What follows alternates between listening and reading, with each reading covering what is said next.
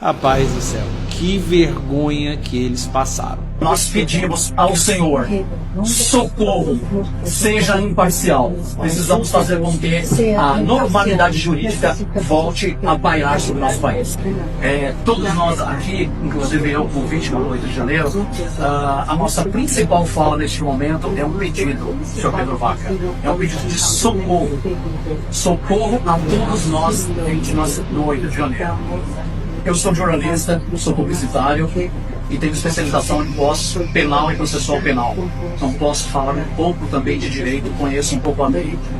Eu sou o único jornalista preso durante o 8 de janeiro em pleno exercício da minha atividade profissional como repórter.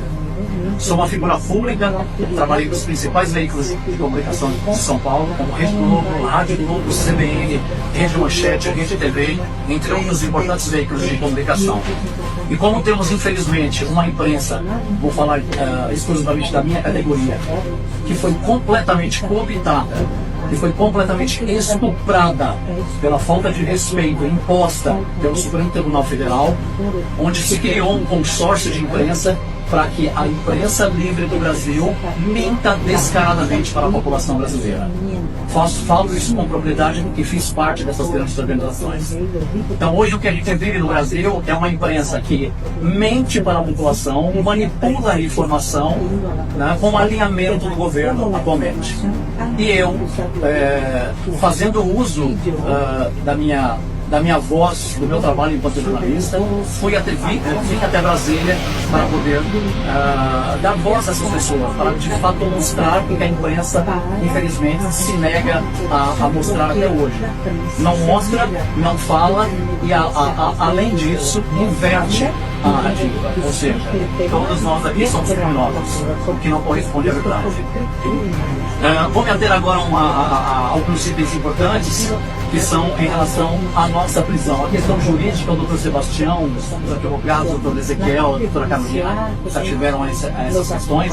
Eu vou lá para um tema muito importante, que é a questão das nossas prisões. Nós fomos presos no QG, no dia 9, sem nenhuma ordem de prisão legal. Eu não fui comunicado do governo, mas simplesmente fomos obrigados a adentrar em ônibus sem nos avisar onde nós iríamos. E lá nós ficamos sabendo que eles fariam uma identificação e em seguida nós seríamos liberados. E fomos todos levados para a prisão. Ao chegar na prisão, eu já fui recebido com um soco no ombro por um dos agentes penais. Assim que eu pisei, saí do ônibus, já recebi um soco no meu ombro direito. E aí começa então a sessão de tortura. Fomos colocados no chão, sentados um atrás do outro, com nossas bolsas entre as pernas, um homem atrás do outro, com várias hostilidades, várias humilhações, vários xingamentos. E aí passamos por uma segunda etapa, que é a etapa que eu considero mais grave.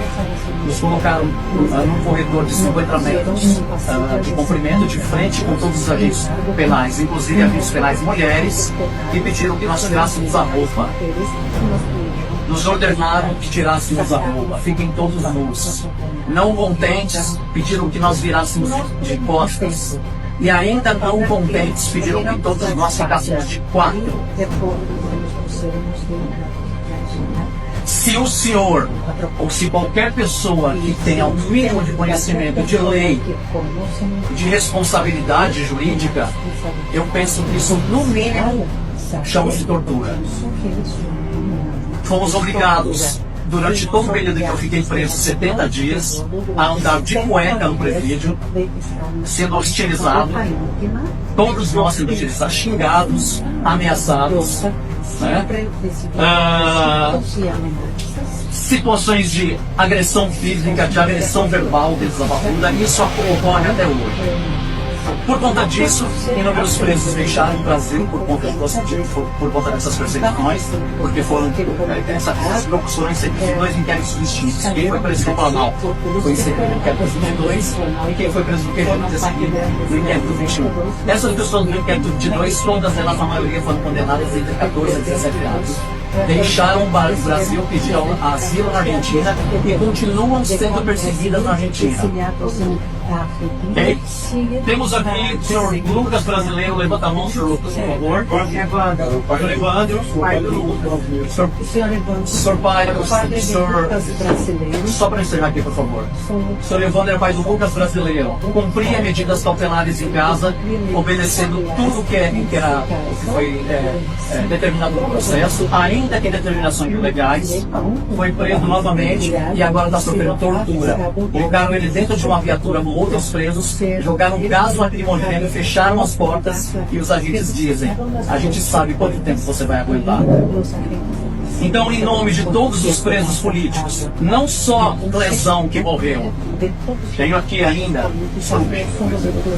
Clezão, Kleber, Éder, Giovanni, Yuri e Antônio.